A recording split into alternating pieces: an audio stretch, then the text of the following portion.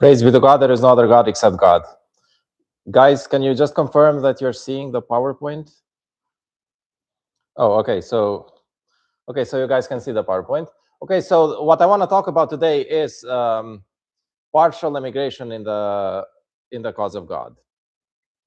As you might have noticed in a lot of Friday sermons, but also video clarifications, I emphasize that we can partially apply some of the things which the Quran mentions, because some of the conditions under which we are today quite often are partially true for us.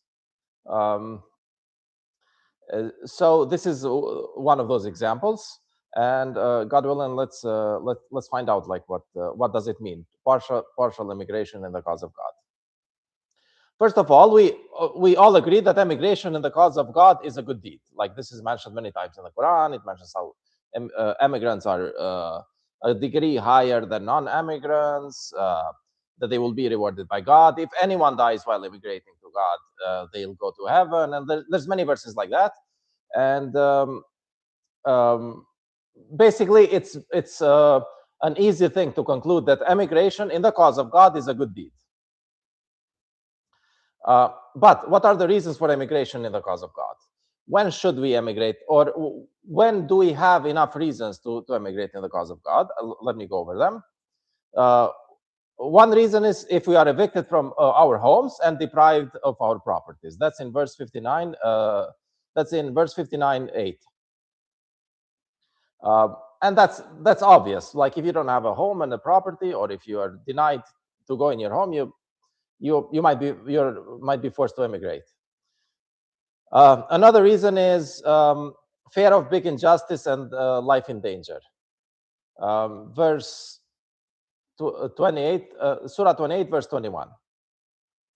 For example, fear of maybe, I think it applied maybe to Moses, the case of Moses when he escaped from, so he killed someone accidentally, thinking that he was helping, and then the other person accused him the next day, and Moses thought that people would not understand, they would accuse him, so he thought that his life was in danger.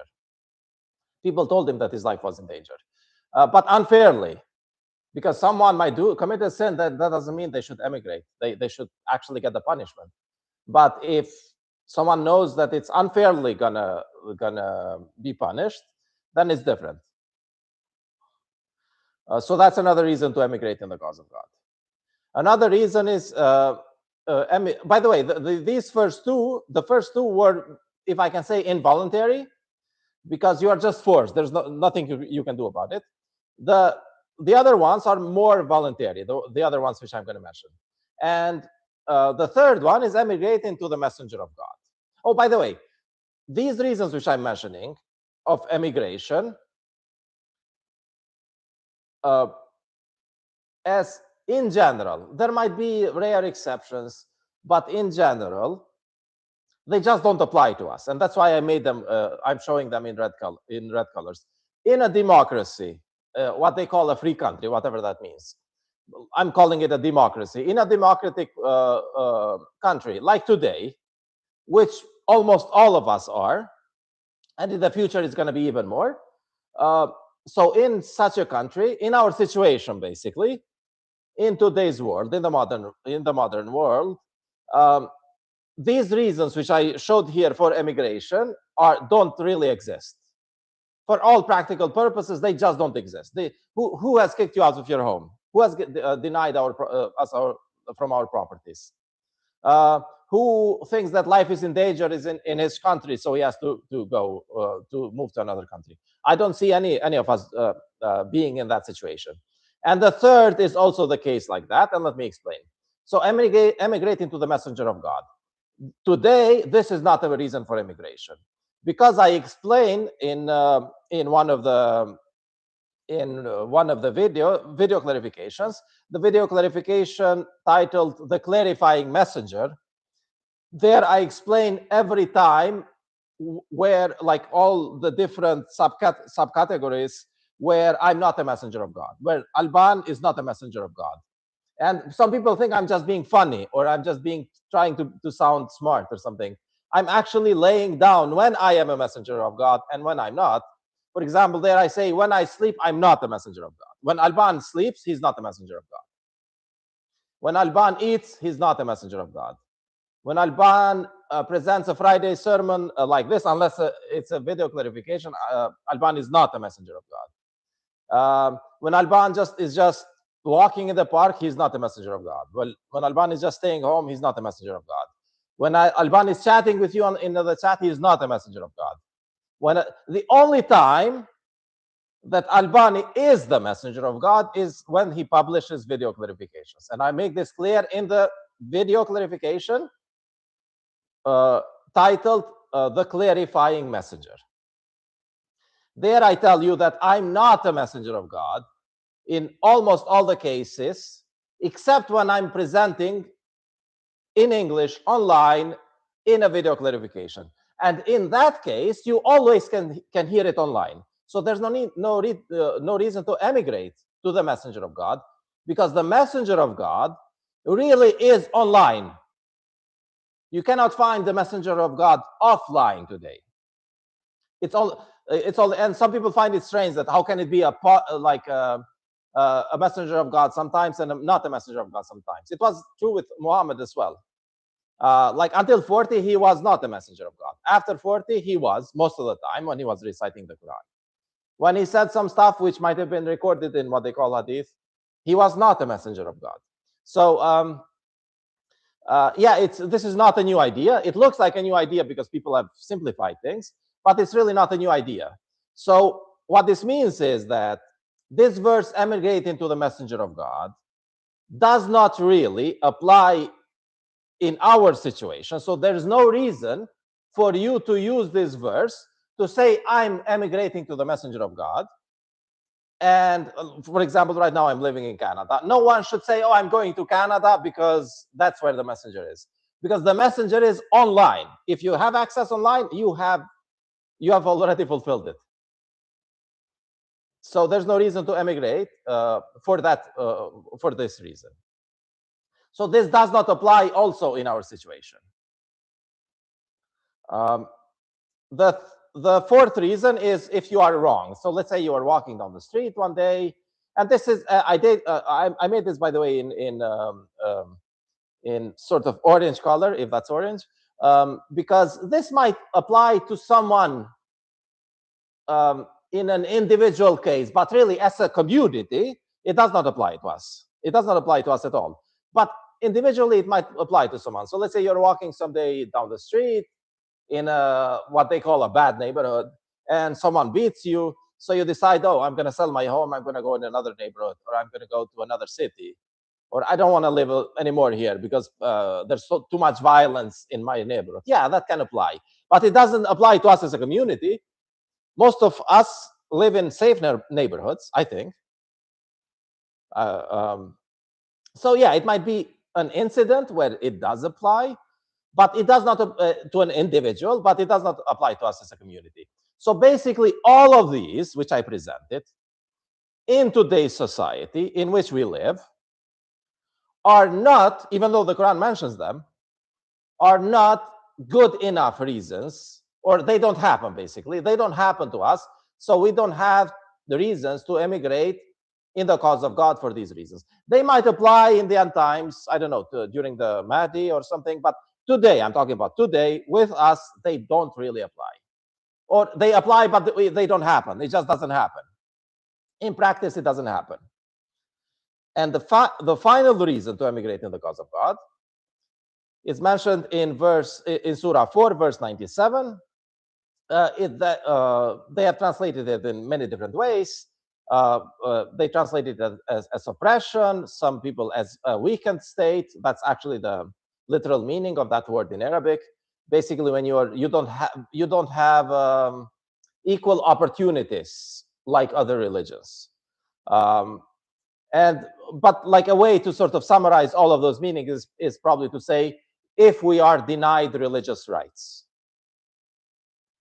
So if we are denied religious rights, then we have a reason to emigrate in the cause of God. And God willing, I will show why this is a partial reason to emigrate in the cause of God. It's not a full reason, it's a partial reason. Because we'll see, we are only denied the religious rights a tiny bit. For most of our religion, we are not denied our religious rights. So let's go over this and see what's inside it. So the last reason was to if our religious rights are denied or infringed. And let's go over some basics of our religion and see if they are denied. Okay, so the first thing which we believe in our religion is the right to say the Shahada, the right to say there is no other God except God, which is called the witnessing in English. Do we have the right to say that? Yes, we do. So no one has denied this to us. So again, this is in red because this has not been denied. Basically, we are free to do this. Has our right to fast during Ramadan been denied? No. Ramadan came and went. To whomever it applied, we did fast. I fasted. I know, like most of the submitters fasted, if not all.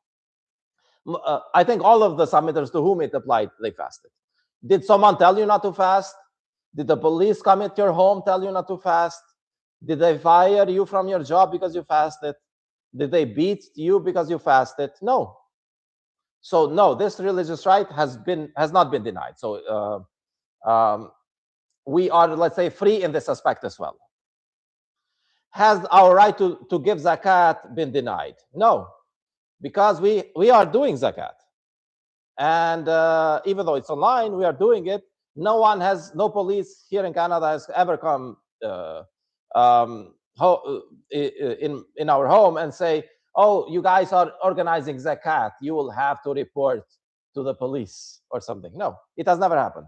So we are free to do this as well. And I'm quite sure this happens for almost all of you. So we are free in this aspect as well. This religious right has not been denied. We have the right to go to Hajj. There were a few limitations, but we basically did Hajj. Whoever wanted to come and do, whoever could afford and wanted to come with us to do Hajj, did come, and we did Hajj. It just went perfect. There was a tiny bit of a limitation when we went to Mina, for example. There were some people, some guards or whatever, or workers, I don't know what they were. They didn't want to kind of let us go there. But God willing, someday I will show that Mina is not an obligatory part of Hajj anyway. So basically, in that tiny part where they wanted to deny us our right, that was not obligatory for us anyway. Mina is part of Hajj, by the way. Let me make it clear. It's part of Hajj, but it's not an obligatory part of Hajj. And there's a difference there. I'll explain it one day, God willing. So to summarize, we have not been denied our right to do Hajj. And the last, and there are many other religious things like this. We can go over them, and you will see that for almost all of them, no one is denying our right to be submitters for those specific parts. There is one thing, however, where we are being denied that right, and that is no, I don't mean the right. This also is not, because it's in red. So the right to do the contact prayer. Sorry, guys. So the right to do the contact prayer also has not been denied to us. I did the contact prayer yesterday, the other day. No one said, oh, you're doing the contact prayer, you're going to have to report to the police. No one said, oh, you're going to be fired because of this. No one. There might be some incidents, but maybe you asked a little bit for it. Maybe, I don't know. It's different when, like, oh, maybe there's not enough space. We're not talking about that. I'm talking about, in general, we as a community, are we being denied our religious rights to do the contact prayer? No. So we are free to do this religious right as well. And then the last one, which I wanted to mention, is actually the one which is being denied. And there's, by the way, I didn't present everything here. We can go over the whole Quran and see, is that thing being denied? It's probably no. There is one thing. There's one thing which we as a community are being denied. And that is the right to maintain God's masjids. We have that right. The right to maintain God's masjids. So let's talk about this. So the right to maintain God's masjids. In Surah 9, verse 18, it says, only shall maintain the masjids of God those who believe in God, one, and the last day, and observe the contact prayer, and give the zakat, and does not fear except God. And they do not fear except God. So if someone fulfills these criteria, they have the right to maintain the masjids of God. And these criteria are fulfilled by us. We as submitters, we believe in God, we believe in the last day, we observe the contact prayers, and we give the zakat. And we do not fear except God. So what this means is that we should have the right to maintain the masjids of God. But do we actually? Do they? Like I tried once, by the way. I can tell you from practice, I tried, and they reported me to the police. So I went to a masjid, a few masjids, not just one masjid. That's another story. I can tell, like it's a long story, but just for the purposes of this, I tried to maintain the masjid of God, the masjids of God, without the permission from the Sunnis or the Shias. And by maintain, I mean in that case, I wanted to remove Muhammad's name from the walls, because that's actually, like, that shouldn't be there. So I'm like, okay, we as submitters have the right to maintain. By the way, those masjids, the masjids where we are permitted to pray, those belong to God. We don't need anyone's permission. Those belong to God. They don't belong to the Sunnis. They don't belong to the Shias. They, since the day that they were dedicated to God, they still belong to God. So that means that we have the right to maintain those masjids more than any other, by the way. And here's why. Because actually the others do not have the right to maintain those masjids. Because here it says the right belongs to those who believe in God, believe in the last day, observe the contact prayers, which we all do, and give the zakat. We all also do. However, the Sunnis, most of the time, they don't give the zakat in most countries, most Sunni countries or Shia countries. And in some countries where they do, it's not accepted. The reason is that the Quran says nothing of what they spent, including the zakat, was accepted because they disbelieved in God's messenger. So unless they believe in God's messenger, their zakat is not accepted. And because their zakat is not accepted, they lose the right to maintain God's masjids. Because those are God's masjids. They don't belong to the people. They belong to God. So they lose. So the Sunnis and the Shias do not have the right to maintain the masjids of God. We have the right to maintain the masjids of God. However, in practice, we are being denied that right. We are not allowed to do that. As an example, I wanted to maintain some masjids of God. When they tried to remove Muhammad's name, what happened? They called the police. They reported me to the police. Okay, it went peacefully. I didn't go to prison, but that's another story. But I couldn't maintain the masjid of God. I was denied the right to maintain the masjid of God. And by the way, I did it fully peacefully. And I don't recommend anyone do it because it doesn't work. So why it doesn't work? It doesn't work because you are not allowed to use violence or to do it by force, which I didn't do by force. So you're not allowed to do it by force. You're not allowed to fight people in the masjids of God. You're not allowed to fight inside the masjid. So therefore, you cannot do it by force. The only way is to defeat those people who have occupied those masjids outside of the masjid, and then sort of free the masjid from the outside.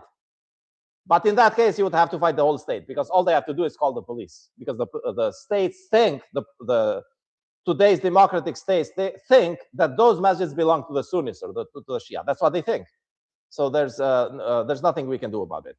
And for this reason, we have been denied this religious right. So this is the only religious right, which I found in the Quran, which has been denied to us. We are the rightful maintainers of God's masjids, but we are being denied that right. Before I continue further, let's repent. Tubu ilallah.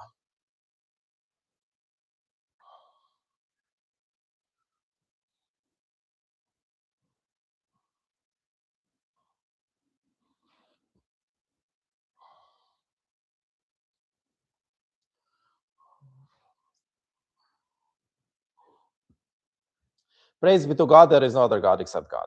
Okay, so we concluded that the only right which they have denied is, which they have denied us, is to maintain the masjids of God. And when we lost this right, uh, we also lost the benefits which come with it. And the benefits which come with it, had we had let's say the chance to maintain the masjids of God, which would mean that we would organize the Friday gatherings, that would mean that we wouldn't have to do it online at all, because you guys wouldn't get to meet me like this. Some other people would be, or your souls in another body would actually get to hear about this message in a masjid, not online. And in that case, we would be able to enjoy the benefits of group prayer, the extra benefits. And in the previous sermons, we sort of went over the fact that when you do a group prayer, you get extra benefits from it. And so because we are being denied the right to maintain God's masjids, as a result, we are also being denied the extra benefits of group prayer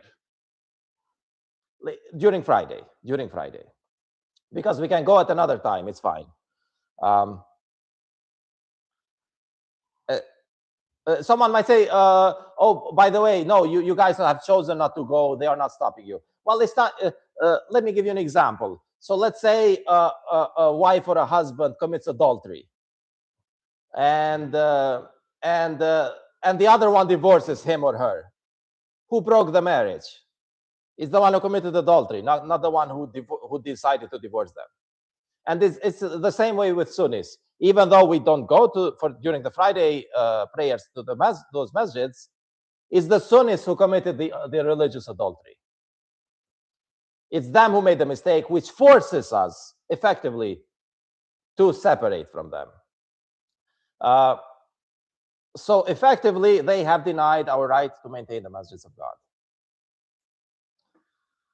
Okay, so let's estimate the denied extra benefits.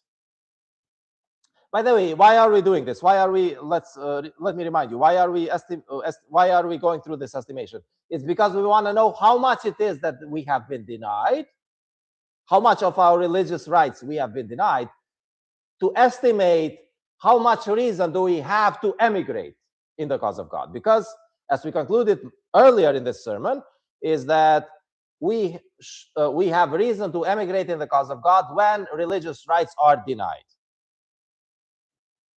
So we're going to estimate how much it is, so we know how much we have the right to emigrate. So we are estimating the denied extra benefits.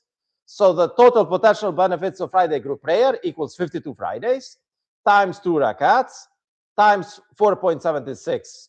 I'm calling this group multiplier, because we are 65 people, and in the previous, from the way I showed you how to calculate it in the previous Friday sermon, is that if there's 65 people, the group multiplier, meaning if you do 1 rakat, it's going to count as 4.76 rakats.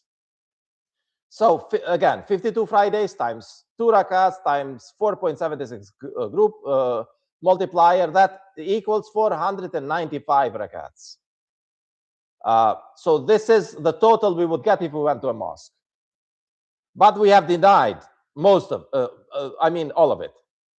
However, we found a way to get back part of it through the online Friday gathering. So we already found a way to get back some of those benefits, the minimum. We just got back the minimum by doing the Friday gathering online while doing 4 rakats for the noon prayer. So what we are doing today is we're doing 52 during a whole year, during 52 Fridays times 4 rakats. We are doing 4 rakats. That's 208 rakats. So we are getting this back. But however, this is the minimum. What do I mean by the minimum? Because we concluded in the last Friday sermon that doing 4 rakats is the same as doing 2 rakats with 4 people. That was one of the conclusions last week. So this means that when we do the Friday gathering online, the way we are let's say organizing the whole Friday gathering and sermon and all of it, and then the prayer individually, the way we are doing it today, it counts exactly the same as if though we were in a village and we prayed the Friday prayer with 4 people. That's it. That's how much worth it is. It's the minimum though. It's good enough, meaning that we are fulfilling the minimum, because the minimum for a Friday gathering is 4 people. So we are doing that. We are doing as if though we were 4 people in a live situation. So we are fulfilling the minimum, but we could have benefited much more. The minimum we are benefiting is 208 rakats, but we could have benefited 495 rakats. So let's calculate the difference. So we are still denied the religious right to 495 minus 208. That is 287 rakats of extra benefits. So the Sunnis and the Shias and the democratic states which support them, or whatever state which supports them because they are in power, have denied us the religious right to enjoy the extra benefits in a group prayer on Friday of 287 rakats. So that this is our religious rights have been denied in this much. And what did we conclude earlier? Therefore, we have reason to partially emigrate. And why do I say partially? Because for all the other religious, for all the other reasons, we had no right to emigrate. The only reason is this. So therefore, we have reason to partially, it's just for that small part, we have reason to partially emigrate in the cause of God, up to the amount of reaping the extra benefits of 287 rakats. And how much is that? Okay, so how many days of emigration would that be? If we want to get back those 287 rakats, which had been denied to us, how much would we have to emigrate to get them back? Because the Quran says you have a reason to emigrate to get them back. So 287 extra rakats divided by 4.76 group multiplier, and this is for 65 people. By the way, this doesn't change much, even for 100 people or 150 people. This number, 4.76, let's say it becomes 5 or whatever. But in our case, in our situation, it's 65 submitters. So 287 extra rakats divided by 4.76, the group multiplier, that is 60 rakats. So we have been denied 60 rakats, and we can, how many days would it take us to do those 60 rakats? Is 60 rakats divided by 17 rakats per day. That is 3.5 days per year. So we have reason to emigrate for 3.5 days per year to get back those 287 extra rakats of benefits. Now, since the emigration is partial, so basically we have reason to emigrate, but partially, only for 3.5 days. Not like during Muhammad's time when they emigrated for 365 days out of the year, for the whole year. They had the reason to do that for other reasons, because they were beaten, they were denied some rights and stuff like that. But it's not happening to us. The only reason we have to emigrate in the cause of God is for 3.5 days per year. Since the emigration is partial and only 3.5 days long per year, the more appropriate word, I think, in English would be to call it a retreat rather than an immigration. I mean, who says, oh, I'm emigrating for 3.5 days? They would probably say I'm going on a retreat, or they would probably say I'm going on vacation, or I don't know what other words someone would use. So likely we'll call this not emigration, we'll call it the submitter's retreat. That's just the word we use in English for short-term emigration. For a very temporary, a few days of emigration, the appropriate word in English is retreat. Very likely we'll call it the submitter's retreat. So who can afford to come to the retreat? Not all people, by the way, during Muhammad's time emigrated with him to Medina. There were, for example, slaves who couldn't emigrate. Slaves were not allowed to leave their let's say, their master's home So if he didn't permit them, so they just couldn't. It was not possible for them. A few of them Muhammad bought, and some believers bought them so that they can immigrate with them, but a lot of them they couldn't. And so yeah, it's just not possible for some people. Some people are just too poor. It's okay. It's okay. So not all people during Muhammad's time emigrated with him to Medina, and they were still considered submitters. By the way, don't feel guilty if you cannot do this sort of tiny partial emigration, because it happened to the people of the past, and they were still submitters. In my heart, for the community, for every one of us, we should still consider those people submitters, even if they cannot emigrate. If they are submit, because as long as they do the contact prayer and give the zakat, they are submitters. So verse 273 reminds us that some people cannot afford, are not rich enough to emigrate, or simply might have obstacles to travel. So, for example, mothers with children under 2 years might not find it suitable to travel. It's kind of like they have to feed their baby and stuff like that. Or students without an income, or people with prohibitive physical disabilities, or people in the extreme old age, and of course, people who do not have enough money. So these categories very likely just cannot immigrate, and it's fine. It's fine. They cannot come to, let's say, to that retreat, and it's okay. But I want to focus on the last one, which is that people who don't have enough money. How much money would you need to have to be able to afford this retreat? How to know if you can come to the retreat, if you can afford it?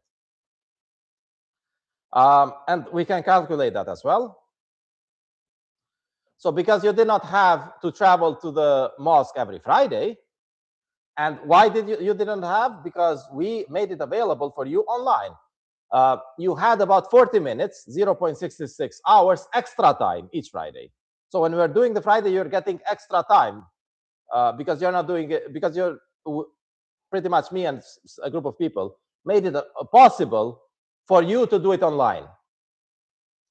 And because of that, you have extra time, which you could have used for work. So 0.66 hours times 52 weeks, that is 34.32 hours in a year. So you have that extra time. You could have turned that into money. You could have worked and turned it into money. Assuming that we'll organize the retreat to be partially on the weekend as well, you might end up with 2 days of the retreat happening during the work days. So 2 work days is 16 hours of work. Basically, yes, you had all that extra time, but if you come to the retreat, you'll lose some of that time, some of that work time. And by the way, we're not gonna, let's say, repay you for the time which you lose with your family, because the Quran says the real family is the believers. So I'm not gonna apologize to you. Oh, yeah, I think it would be a good idea to come to the retreat, but I'm sorry that you have to, your family, maybe they're not submitters. I'm sorry you have to leave them. No, I'm not sorry, because the real family is the submitters. But I'm sorry you might have to leave work for 2 days. But for that, I'm gonna, let's say, so discount in the calculation how much you have to give, or how much you can afford. So that the work which you lose is being taken into account.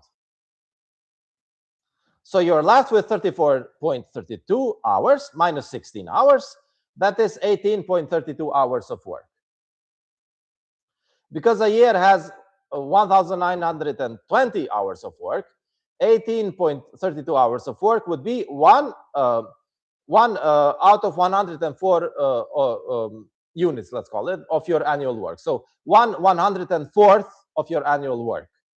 That's how much is 18 hours of work. So divide your annual net income after taxes. Divide your annual net income by 104, and that is how much you should be able to afford to buy the ticket to travel to the retreat. So you take your annual net income, whatever it is, 10,000, 5,000, 50,000, 100,000, whatever your salary is, your annual net income is, how much did you earn during the whole year after taxes, and divided by 104, and that is how much you should be able to afford to buy the ticket to travel to the retreat. If your travel ticket has to be more expensive than that, You don't have to come. It's fine. You cannot afford it. It's okay. If you still want to come, despite it being more expensive than you would naturally afford, you are welcome to come anyway. It's your choice. All I'm telling you is that it's possible to calculate if you can afford it. So I don't want people to use excuses. I couldn't. I can know how much you can afford. So to make it affordable for most submitters, because our group is very widespread, because we're living in many places in the world, globally, so we'll organize it every 2 years, God willing, in the near future. So we'll start with every 2 years. Then when we have many subgroups, we'll do it every year, God willing. And by the way, if we organize it every 2 years, I've calculated, because you guys, when you submitted the zakat, you also use the income to calculate the zakat. So I use those numbers to calculate who can afford and who cannot afford. And if we do it every 2 years, most people can afford it. Let's say about 60% of people can afford it. But if we do it every 1 year, it's going to be like 30% of people who can afford it, or 40, which is not enough. I think it should be at least more than half of the people should be able to afford it. That's why I decided every 2 years to travel, to go to the retreat every 2 years, God willing. By the way, this is all a practical solution. It's not a religious law. We might change it. We might switch it. It's okay. We're just in practice, I'm trying to give you an opportunity to get back the denied benefits which the Sunnis and the Shias have denied you.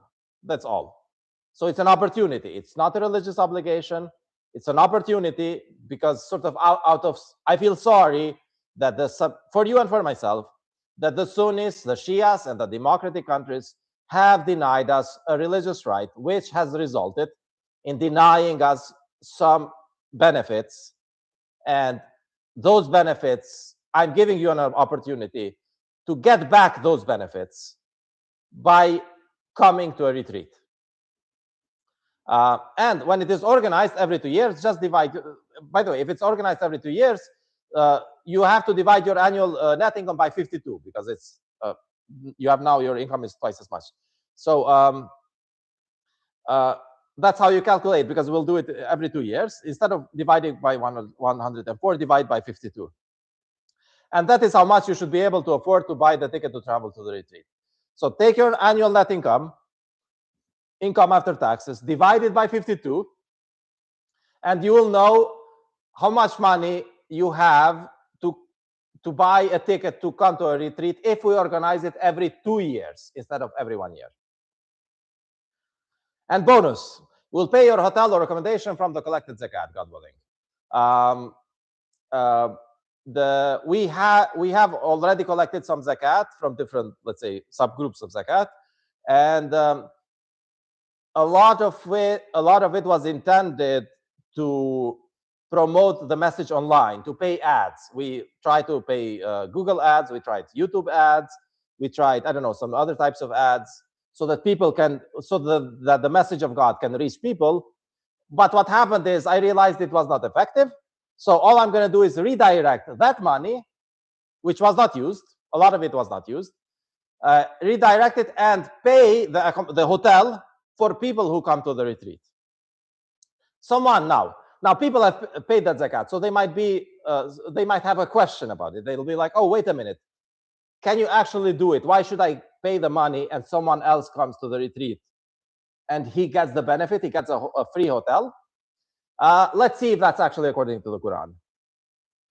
Surah 9 verse 60 says, charities shall go to the poor, the needy, the workers who collect them, the lonely, and all people who are doing the Friday gathering online, they are lonely because we are not in a group.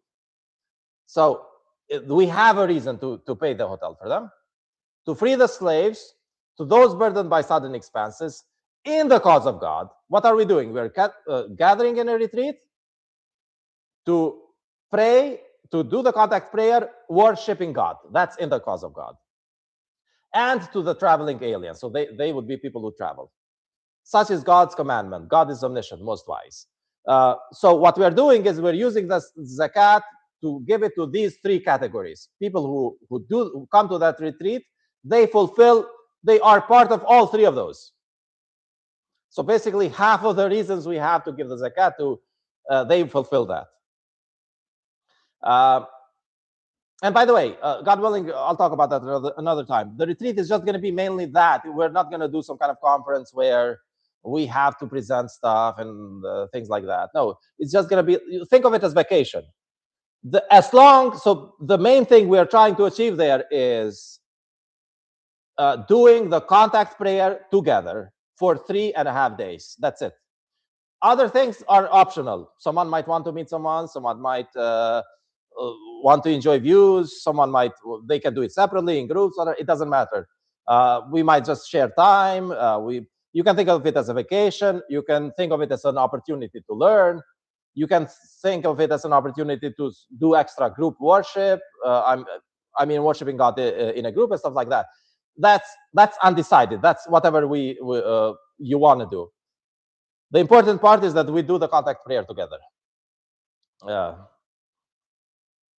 And as we can see, we do have a reason, according to the Quran, to give the zakat, part of the zakat which we have collected, to pay the hotel or accommodation from the collected zakat. So God willing, whoever comes to the retreat, you get the hotel for free. And that's a lot of money, by the way. I've calculated it's like tens of thousands of dollars. Okay. If most people come. Those who believe the second verse, which has to do with this, is Surah 8, verse 74. It says, those who believed and emigrated and strove in the cause of God, as well as those who hosted them and gave them refuge and supported them, these are the true believers. So, who are those who hosted and supported them? Those who hosted and supported them is people who are paying the hotel for them. So basically, if you gave the zakat because you live with a non-submitter and you paid penalty zakat for that, if you come to the retreat, you'll enjoy the benefits of you giving that. But if you don't come, let's say, then someone else will enjoy that benefit. And it's fine, because in that case, you are the supporter, you are the host, and the other person is the emigrant. So you're supporting someone else do that. And it's fine. So basically, it's within this verse. It's within what the Quran recommends in this verse. And then what the verse says, they have deserved forgiveness and generous recompense. So both those who are given the zakat, which is being used partially for the hotel, and those who are using the hotel to meet with other submitters, to do the contact prayer together, hotel or whatever it is, accommodation, they both get a reward from God, and they are both considered true believers, according to God. It says, these are the true believers. It's a sign of true belief. And we'll talk about locations, like where, how, when. We'll talk about locations of the retreat of the future Friday gatherings, God willing. Does anyone have, let's say how much time we have. Let's try to keep it quick. Does anyone have any question or anything to say? It's okay if you don't, because we spent 50 minutes already. Okay, so, okay, someone is writing. Quick though. Faisal is saying exciting, yeah. Yeah, I think it's also exciting, yeah.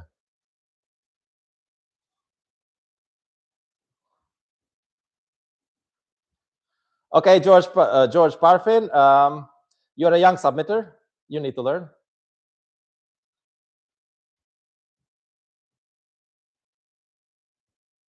Any other comments? By the way, George Parfin joined us as a submitter. May God bless him. And I think it has been already 50 minutes. I feel sorry for the other people. I'm gonna just end this live stream. For those who have to do the contact prayer, do the contact prayer. Peace be upon you.